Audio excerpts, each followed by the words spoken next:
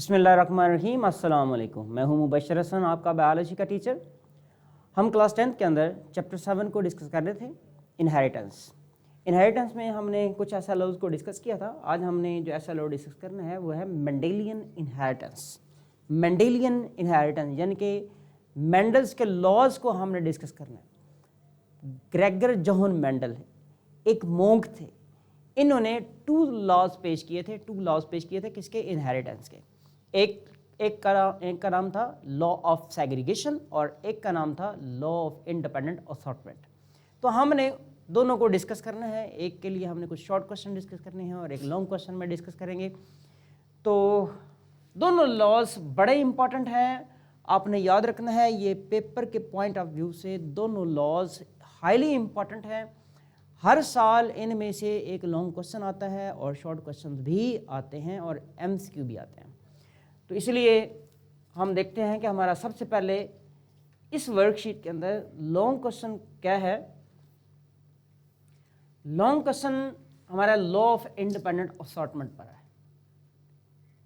Independent assortment पे हमारा long question है इस वर्कशीट का।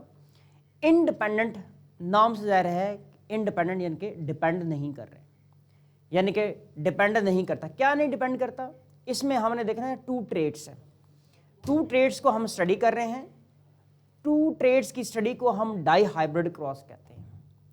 और उसमें जो टू ट्रेड्स हैं, दोनों ट्रेड्स के जो जीन्स हैं या फैक्टर्स हैं या एलिमेंटन्स हैं, वो दोनों ट्रेड्स के जो एलिमेंटन्स हैं एक दूसरे के ऊपर डिपेंड नहीं करते। देखेंगे हम कैसे। अच्छा, अब सबसे पहले हम इसकी स्टेटमेंट चेक करने लगे हैं। Statement of law of independent assortment, इसमें वो कहते हैं the alleles for one trait are inherited independently of the alleles of another trait. यानी कि टू ट्रेट्स की हम स्टडी कर रहे हैं। दोनों ट्रेट्स के जो जीन्स हैं वो एक दूसरे के ऊपर डिपेंड नहीं करते। इन अदर वर्ड्स, यहां पर वो कहता है इन अदर वर्ड्स जो बात करने लगे हैं वो क्या है? The alleles of one gene, the alleles of one gene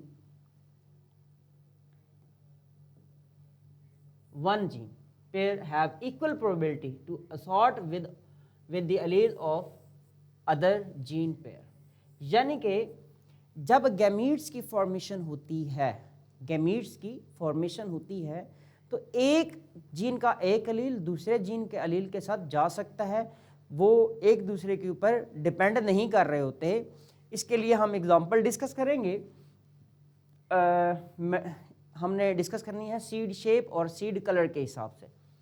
Mendel's procedure and observation, Mendel का क्या प्रोसीजर था और क्या था हम देखें। इस लॉ के लिए जो स्टडी होती है उसमें हम कहते हैं dihybrid cross. Dihybrid cross वो होता है जिसके अंदर हम टू ट्रेड्स की स्टडी करते हैं।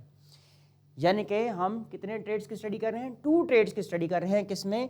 लॉ ऑफ इंडिपेंडेंट असॉर्टमेंट के हवाले से या फिर डाई हाइब्रिड क्रॉस के हवाले से। डाई का मतलब टू है बेसिकली, हाइब्रिड यानी कि अब हाइब्रिड होगा, यहाँ पे इनकी क्रॉस हम करवाएंगे टू ट्रेड्स के हवाले से।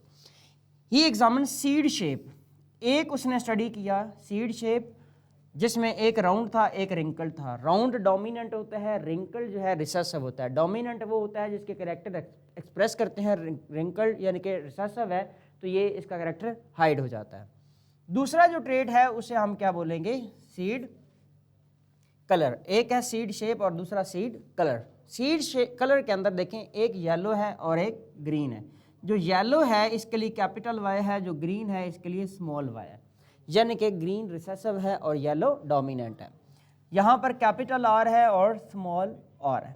यानी कि यहाँ पे राउंड जो है वो डोमिनेंट है और रिंकल जो है ये रिसेसिव है। अच्छा, यहाँ पर ये बात होगी। अब हमने देखना है सबसे पहले यहाँ पर होता क्या है। अगर इससे पहले हम इसका एक क्रॉस ड्रॉ कर लेते हैं, उसमें हमें कुछ चीज़ें वाज़ेह हो जाएंगी। देखें जी कैसे। हम कहते हैं पेरेंट्स 1 हमने ले लिया, P1 पेरेंट्स 1 है।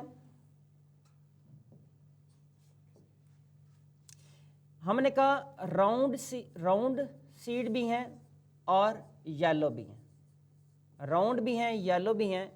दूसरे हमने क्या लेने हैं? Wrinkled and yellow, wrinkled and yellow. अब इनको हमने क्रॉस करवाना है। देखें जी, राउंड के लिए क्या है कैपिटल आर, येलो के लिए क्या है कैपिटल वाई। इसी तरह रिंकल्ड के लिए स्मॉल और येलो, यहाँ पे हमारा जो आएगा वो रिंकल्ड ग्रीन आएगा, रिंकल्ड ग्रीन के साथ क्रॉस होगा, यहाँ पे क्रॉस रिंकल्ड ग्रीन के साथ, रिंकल्ड ग्रीन। तो यहाँ पे देखते हैं इसके लिए कैपिटल आर है, कैपिटल वाई, इसके लिए स्मॉल वाई। हमने क्रॉस करवाया, ये P1 है तो यहाँ पर F1 आएगी। P1 यानी कि पेरेंट्स 1, पहले पेरेंट्स हैं, ट्रू ब्रीड्स हैं, इनका हमने क्रॉस करवाना है। क्रॉस जब होगा तो अब जो F1 फर्स्ट जनरेशन प्रोड्यूस होगी उसको हम क्या कहेंगे, first filial generation, F1 generation. इनको हम क्रॉस करवाते हैं तो क्या बनता है कैपिटल R, कैपिटल Y। अब चूंकि यहाँ पर देखें कैपिटल R इस पे डोमिनेंट है, Y इस पे डोमिनेंट है, तो ये जो सीड प्रोड्यूस होंगे ये क्या होंगे, राउंड येलो होंगे, राउंड येलो। इनकी जीनोटाइप भी हमारे पास आ गई। ये जीनोटाइप है कैपिटल R, कैपिटल Y, और ये इसकी क्या है फिनोटाइप है। जीनोटाइप भी देख ली, फिनोटाइप भी देख ली। ये आ गया F1। अब हमने क्या करना है, यहाँ पर F1 क्रॉस F1 करवाना, F1 क्रॉस F1 करवाएंगे। F1 में जीनोटाइप क्या है जी, हमने कहा कैपिटल R, कैपिटल Y, तो यहाँ पर भी एज इट ही होगा। अब इनका क्रॉस करवाना है। अब इसका जब क्रॉस करवाएंगे तो हमने देखना है कैपिटल R, कैपिटल Y के गैमीट्स किस टाइप्स के बनेंगे। अब यहाँ पर देखिएगा, ये गैमीट है कैपिटल R का, ये अलील है। कैपिटल R के साथ कैपिटल Y भी हो सकता है एक गैमीट के अंदर। यहाँ पे कैपिटल R के साथ स्मॉल y भी हो सकता है, यानी कि ये दूसरा टाइप का गैमीट है। अब हमने देखा है कि यहाँ पर y r के ऊपर डिपेंड नहीं कर रहा, यानी कि कैपिटल Y कैपिटल R पर डिपेंड नहीं कर रहा, कैपिटल R स्मॉल y के साथ भी आ रहा है। तो यहाँ पे ये इंडिपेंडेंट है अलील्स की। यहाँ पर देखें स्मॉल और कैपिटल Y के साथ, इसका मतलब स्मॉल और डिपेंड नहीं कर रहा था कि इसने स्मॉल y के साथ रहना है, ये किसके साथ कैपिटल Y के साथ भी जा रहा है। इसी तरह स्मॉल और स्मॉल y। तो आपने देखा 4 टाइप्स के गैमीट्स बन गए, 4 टाइप्स के गैमीट्स बन गए हैं। अब हमने इनका क्रॉस देखना है कि इनके क्रॉस में क्या क्या डेवलपमेंट होती है। उसके लिए यहाँ पे आ गया हमारे पास ये कैपिटल R कैपिटल Y है, कैपिटल R कैपिटल Y। आप कैपिटल R पहले लिख रहे हैं या कैपिटल Y पहले लिख रहे हैं, कोई फ़र्क नहीं पड़ता। तो यहाँ पर देखते हैं जी, मैं इनको ड्रॉ करता हूँ।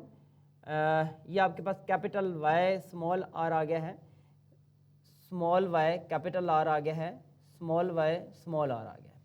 और दूसरे के गैमीट्स हमने यहाँ पर लिखे हैं capital Y capital R, capital Y small r, small y capital R, और हमने यहाँ पे देखा है ये है स्मॉल y स्मॉल r। हमने कहा आप इसको चेंज कर सकते हो, y यहाँ पर कैपिटल R वहाँ पर इंटरचेंज कर सकते हो, कोई फ़र्क नहीं पड़ता इसके लिए। लेकिन आपने सबसे पहले आपने कहा क्या लिखना होता है, जो पहला होता है वो आपने डोमिनेंट ही लिखना होता है। तो यहाँ पर हमारे पास मुख्तलिफ सीड्स प्रोड्यूस हो गए हैं। हम देख रहे हैं कि यहाँ पर ये वाला जो सीड है,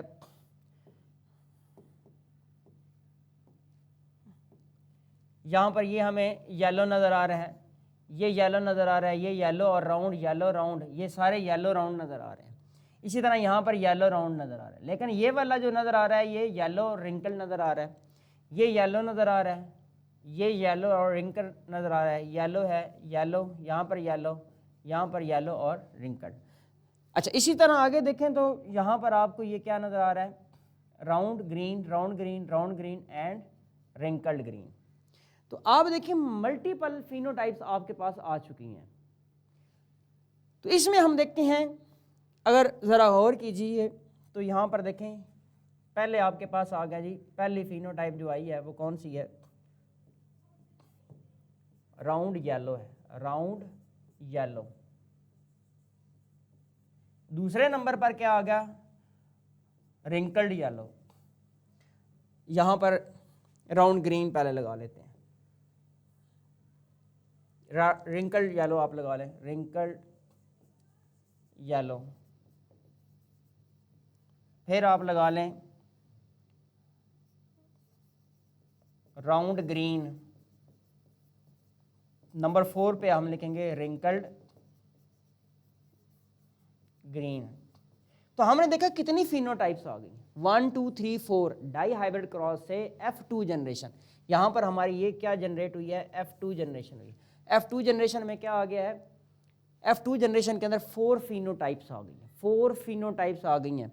तो अगर इनकी काउंटिंग की जाए मल्टीपल वे में, इनको प्रोडक्ट रूल से हम काउंट करते हैं, तो ये है 9/16, ये है 3/16, ये भी 3/16 और ये y/1/16।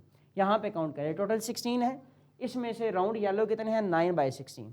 तो इनके अगर रेशो निकाली जाए तो ये रेशो आती है 9:3:3:1, ये रेशो आ जाती है। ये फिनोटाइप की यानी कि रेशो आ गई, फिनोटिपिक रेशो इसे कहते हैं। तो ये यहाँ पर डेवलपमेंट हो गई। तो ये इसकी सारी एलाबोरेशन थी। तो यहाँ पर देखें round yellow, wrinkled yellow, round green. आपने देखा है कि यहाँ पर रिंकल्ड के साथ येलो भी आ गया, हालांकि राउंड येलो पेरेंट्स के साथ था। इसी तरह देखें यहाँ पे राउंड के साथ ग्रीन भी आ गया है, राउंड के साथ ग्रीन भी आ गया है, हालांकि पेरेंट्स में ये था। तो इसका मतलब है ग्रीन और राउंड एक दूसरे के ऊपर डिपेंड नहीं कर रहा है। रिंकल येलो के ऊपर डिपेंड नहीं कर रहा, येलो रिंकल पर डिपेंड नहीं कर रहा, येलो राउंड के ऊपर, एक दूसरे के ऊपर डिपेंड नहीं कर रहे, इंडिपेंडेंट हो रही है। तो इसे हम कहते हैं इंडिपेंडेंट असॉर्टमेंट कहते हैं। तो यहाँ पर ये हमारा पूरा एक लॉ जो है वो डिस्कस कर रहे थे, जो हमने इसको फ्लो चार्ट्स और डायग्राम के हवाले से हमने इसको डिस्कस कर लिया। अभी हम इसी की एलाबोरेशन की तरफ आते हैं।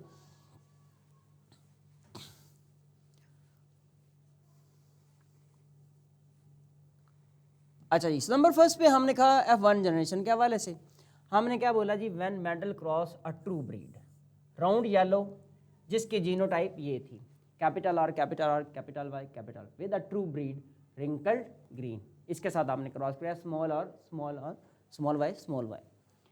F1 जनरेशन में सारे के सारे क्या आएंगे, राउंड येलो आ गए, लेकिन हमने कहा ये हेट्रोजाइगस से कुछ इस तरह से थे। फिर हमने F2 जनरेशन ली, जो हमने एक पुनेट स्क्वायर बना के, एक बॉक्स बना के, उसके अंदर 16 टाइप्स के फिनोटाइप्स हमने वहाँ पर देखी है। 16 फिनोटाइप्स, बेसिकली 16 बॉक्सेस थे, फिनोटाइप सिर्फ 4 थी। When he self fertilized and the F1 plants to produce the F2 generation, he expected 3:1 like in the monohybrid cross. Monohybrid cross के अंदर क्या था, जब एक आप ट्रेड लेते हो तो उसके अंदर जो F2 जनरेशन थी वो 3:1 थी। यहाँ पर क्या थी, यहाँ पर रेशो हमने क्या निकाल ली थी, 9:3:3:1। हमने कहा 9 क्या है, राउंड येलो, नेक्स्ट 3 क्या थे, राउंड ग्रीन, और नेक्स्ट हमने देखे रिंकल्ड येलो, और नेक्स्ट 1 जो देखा हमने क्या देखा, रिंकल्ड ग्रीन देखे। Diagram description of Punnett square again से देखते हैं जी। यहाँ पर हमने क्या देखा, राउंड येलो थे हमारे, देन रिंकल्ड ग्रीन थे, हमने क्रॉस करवाया। इसके गैमीट्स कैसे बनते हैं, इनके गैमीट्स देखें कैपिटल R Y के गैमीट्स थे। इसके गैमीट्स कैसे होते हैं, small r small y small r small y। फिर इनका क्रॉस होता है तो आपने देखा कि F1 जनरेशन में क्या प्रोड्यूस हुआ, ये सारे प्रोड्यूस हुए। ये डिस्क्रिप्शन हम दे रहे हैं। इसके बाद हमने सेल्फ फर्टिलाइजेशन करवाई, हमने कहा इसके कितनी टाइप्स के गैमीट्स बनेंगे, तो वो कितनी टाइप्स के बने थे, 4 टाइप्स के गैमीट्स बने थे, ये हमारे पास सामने आ गए। फिर हमने दोनों का जब क्रॉस करवाना है इनका, तो हमारे पास क्या बनेगा,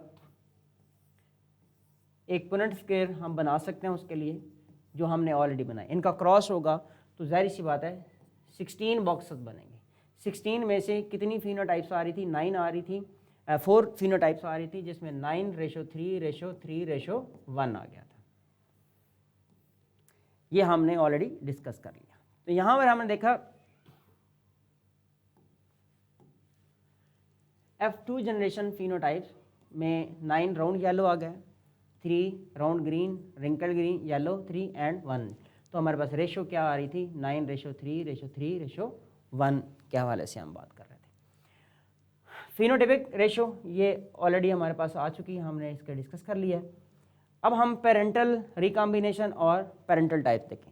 अब यहाँ पे ज़रा गौर कीजिएगा, ऐसे पेरेंट्स थे, ऐसे भी पेरेंट्स थे, लेकिन ये जो थी ये क्या थी, रिकॉम्बिनेंट टाइप्स थी, न्यू टाइप्स थी। यहाँ पर ना आपने देख लिया। तो ये इसका मतलब है जो पेरेंट्स में यानी कि येलो राउंड के साथ था, येलो राउंड पे डिपेंडेंट नहीं है, राउंड येलो पे डिपेंडेंट नहीं है। इस तरह ग्रीन रिंकल के साथ डिपेंडेंट नहीं है, ग्रीन और रिंकल ग्रीन पे डिपेंडेंट नहीं है। तो ये हमने यहाँ पर डिस्कशन कर ली। हमारा कंक्लूजन क्या है, मैं कंक्लूजन आपको ऑलरेडी बता चुका हूँ, मैं अगेन से बताता हूँ। कंक्लूजन ये है कि राउंड के जो अलील है वो रिंकल्ड के अलील पर डिपेंड नहीं करता, जो रिंकल्ड वाला है वो राउंड पे डिपेंड नहीं करता। इस तरह राउंड येलो राउंड के लिए ये एक दूसरे के ऊपर डिपेंड नहीं कर रहे होते हैं, ये इंडिपेंडेंट होते हैं और इंडिपेंडेंटली असॉर्ट हो जाते हैं जब गैमीट्स की फॉर्मेशन होती है। तो यही हमारा कंक्लूजन है। This result which include new combination बने हैं। राउंड ग्रीन भी हमारा न्यू कॉम्बिनेशन था और रिंकल्ड येलो भी न्यू कॉम्बिनेशन था। इसकी कितनी थी, 3/16, और ये भी कितना था, 3/16। ये न्यू टाइप्स डेवलप हुई थी, ये एक दूसरे के ऊपर डिपेंड नहीं कर रहे थे। तो यहाँ पर वो कहता है कि कैपिटल आर कैपिटल वाई हो या कैपिटल आर स्मॉल वाई हो, तो ये एक दूसरे के ऊपर डिपेंड, वाई आर पे कैपिटल आर पे डिपेंड नहीं कर रहा और स्मॉल आर जो है वो स्मॉल वाई पे डिपेंड नहीं कर रहा, और ना ही स्मॉल वाई स्मॉल और पे डिपेंड कर रहा है। यानी कि कैपिटल आर ये एक दूसरे पे डिपेंड नहीं कर रहे कि इन्होंने साथ रहना है, ये डिपेंड नहीं कर रहा ये इन्होंने साथ रहना है, ये डिपेंड नहीं कर रहा कि ये दोनों एक साथ रहेंगे, और ये भी डिपेंड नहीं कर रहा। तो बेसिकली ये पेरेंटल थे, तो बेसिकली हम इनकी बात करते हैं, ये पेरेंटल है, अलील्स एक दूसरे के ऊपर डिपेंड नहीं करते। तो ये था हमारा long question, that was very important. अब हम अपनी वर्कशीट के शॉर्ट क्वेश्चन की जानिब आते हैं। इसमें हमने सबसे पहले डिस्कस करने हैं जो शॉर्ट क्वेश्चन हमारा, law of segregation. What is law of segregation? Law of segregation किस पे बेस करता है? मोनो हाइब्रिड क्रॉस पे बेस करता है। यानी कि इसमें मेंडल ने क्या किया, एक ट्रेट की स्टडी की थी while studying the inheritance of single trait led to the formulation of law of segregation। law of segregation क्या था? अब ज़रा गौर कीजिएगा, मैं यहाँ पर बताता हूँ। कहता है कि ये है राउंड, क्रॉस होना है रिंकल से। अब इसके गैमीट्स बनेंगे।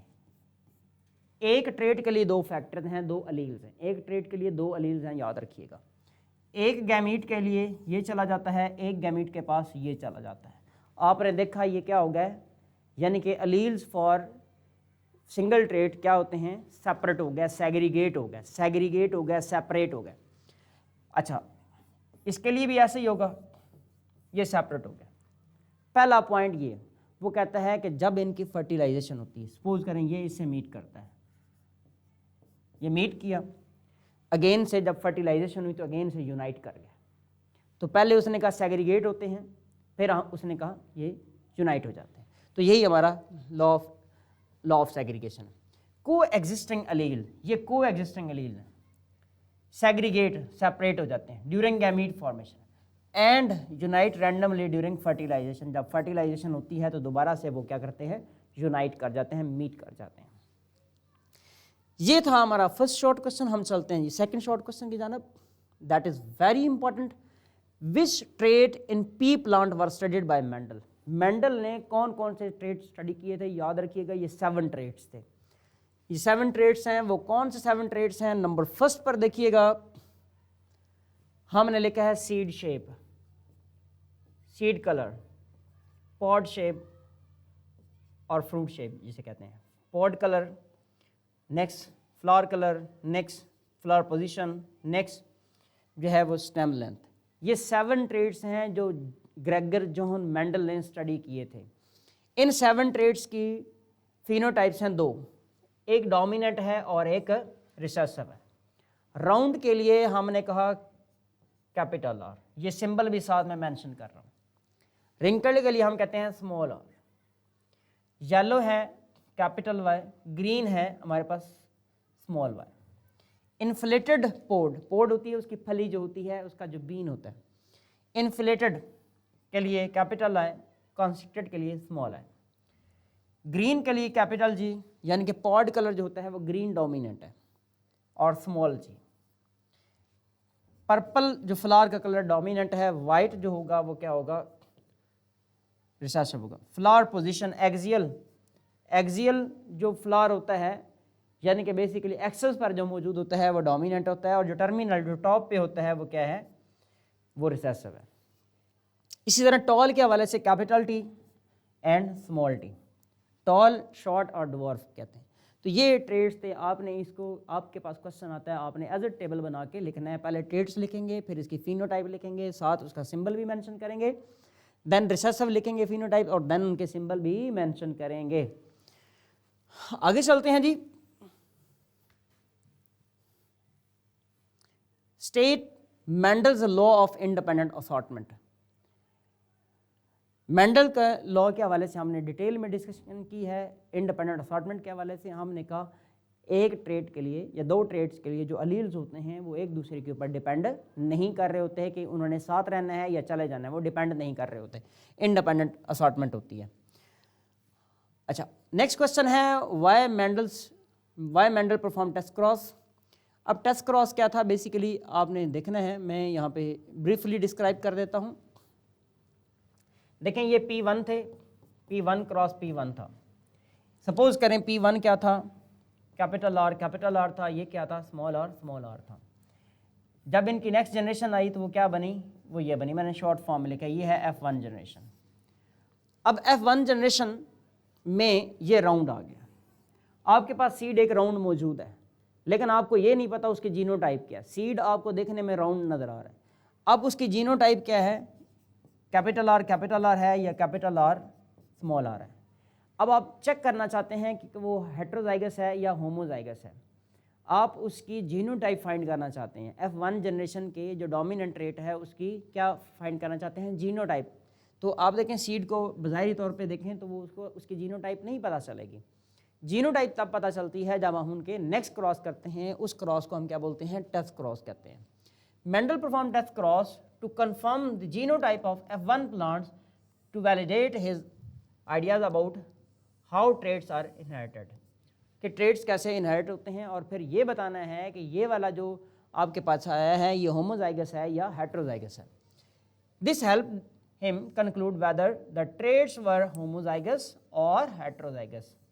trait ये वाला जो आया है नेक्स्ट जनरेशन में राउंड आया है कि ये homozygous है या heterozygous है।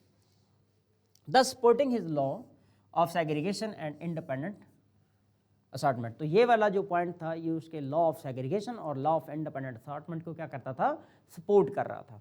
तो ये हमारे शॉर्ट क्वेश्चन थे इस वर्कशीट के, और लॉन्ग क्वेश्चन हमने ऑलरेडी डिस्कस कर लिया है। अब हम चलते हैं अपने मल्टीपल चॉइस क्वेश्चन की जाना। हमारा यहाँ पे फर्स्ट मल्टीपल क्वेश्चन है Gregor Johan Mendel. Gregor Mendel भी कहते हैं, ग्रेगर जोहन मेंडल भी कहते हैं। ये कौन था, ये क्या एक फ्रेंच था, क्या ये मुस्लिम था, क्या ये मोंक था या ब्रिटिश था। आपने हमें आंसर करना है यहाँ पर जी। फ्रेंच है, मुस्लिम है, मोंक है, ब्रिटिश है। यहाँ पर देखें जो राइट आंसर है इसका, देखें ये फ्रेंच भी नहीं था, ये मुस्लिम भी नहीं था, ये ब्रिटिश भी नहीं है, ये मोंक है। मोंक या इसके लिए एक लिखते हैं प्रीस्ट भी। तो यहाँ पर इस क्वेश्चन का जो हमारा राइट आंसर है वो क्या है, he was a monk who is called as the father of genetics. Father of genetics basically भी यहाँ पे हम लिखेंगे फादर ऑफ क्लासिकल जेनेटिक्स।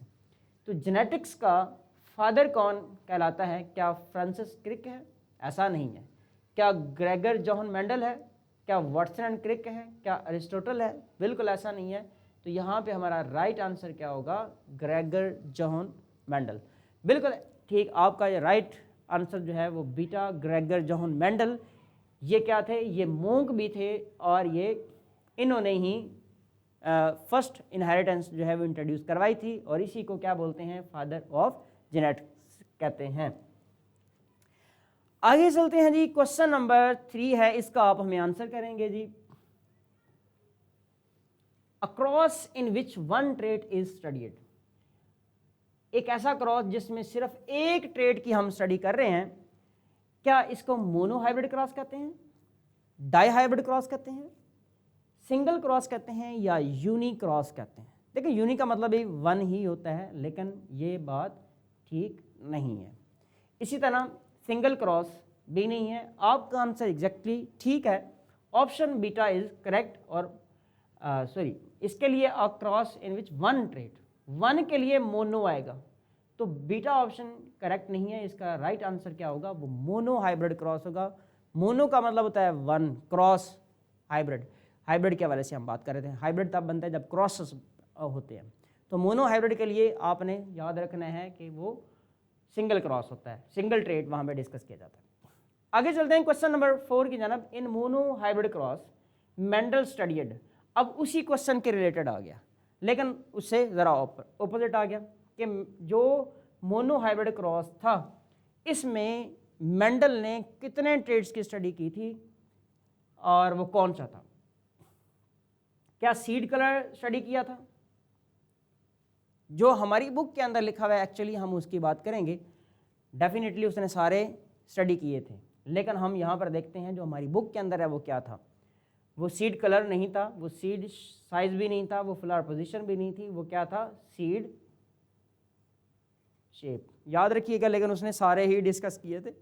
हमारी बुक के अंदर जो मेंशन किया है लॉ ऑफ सेग्रीगेशन के हवाले से, वो क्या है, सीड शेप है। Question number 5, when true breed yellow, when true breed yellow seed is crossed with true breed green। अब देखें ट्रू ब्रीड येलो और ट्रू ब्रीड ग्रीन की बात हम करने जा रहे हैं। येलो यहाँ पर डोमिनेंट है, ये है डोमिनेंट, ये है रिसेसिव। तो जाहिर सी बात है जो इसकी F1 जनरेशन होगी वो क्या होगी, ये येलो है और वो ग्रीन है, तो जो इसकी पहली जनरेशन होगी F1 जनरेशन वो ग्रीन नहीं होगी। क्या वो येलो होगी? बिल्कुल ऐसा ही है, वो 100% क्या होंगे, येलो होंगे। 50% येलो और ऐसा नहीं है और ऐसी भी नहीं है। आगे चलते हैं, जब क्वेश्चन है हमारे पास the genotype of true breed round yellow, true breed round yellow is, अच्छा राउंड के लिए ट्रू ब्रीड क्या होता है, कैपिटल आर, और येलो के लिए होता है कैपिटल वाई। तो हम अपना आंसर यहाँ पे तलाश करेंगे, वो क्या है, ये ऑप्शन भी नहीं है हमारा, ये ऑप्शन करेक्ट है, ये ऑप्शन भी नहीं है और ये ऑप्शन भी नहीं है। आगे चलते हैं क्वेश्चन नंबर 7 की जानब। क्वेश्चन नंबर 7 में हमारा ये लास्ट क्वेश्चन है, but not least, many MCQ और क्वेश्चन हमने ऑलरेडी डिस्कस किए हैं। यहाँ पर देखिएगा, how many different phenotypes were observe in the dihybrid cross. Dihybrid cross में हमने कितनी फिनोटाइप्स को ऑब्जर्व किया था, यानी कि हमने पहले P1 क्रॉस किया और F1 ली, फिर हमने P2 का क्रॉस किया और F2 ली। बेसिकली अब F2 के अंदर हमने बताना है, F1 के अंदर सिर्फ एक ही फिनोटाइप है, F2 के अंदर कितनी फिनोटाइप्स हैं, 4 फिनोटाइप्स हैं, जिसमें हमने क्या बोला है, how many different phenotypes were observe in dihybrid cross जे। इसके लिए हमने आंसर क्या निकाला जी, ऑप्शन 4, ठीक है, चार्ली ऑप्शन इज करेक्ट। कौन कौन सी थी मैं इसमें मेंशन कर देता हूँ आपको। पहली थी राउंड येलो, दूसरी थी राउंड ग्रीन, तीसरी थी रिंकल्ड येलो और फोर्थ वन थी रिंकल्ड ग्रीन। तो इसके लिए क्या आई, 4 फिनोटाइप थी जिनकी रेशो क्या थी, ये रेशो थी। तो इसके साथ हमारा जो ये वर्कशीट है ये कंप्लीट होती है इनहेरिटेंस की। हमने यहाँ पर मेंडेलियन इनहेरिटेंस को डिस्कस किया है। तो आपने हमारे चैनल को सब्सक्राइब करना है, अपने फ्रेंड्स से शेयर करना है, जिनको ज़रूरत है उनको ज़रूर हेल्प मिलेगी इससे। आपने वीडियोस को लाइक करना है, कमेंट्स करने हैं, अपनी सजेशंस देनी है। आज का लेक्चर हमारा कंप्लीट होता है। नेक्स्ट लेक्चर तक के लिए दें हमें इजाज़त। अल्लाह हाफ़िज़।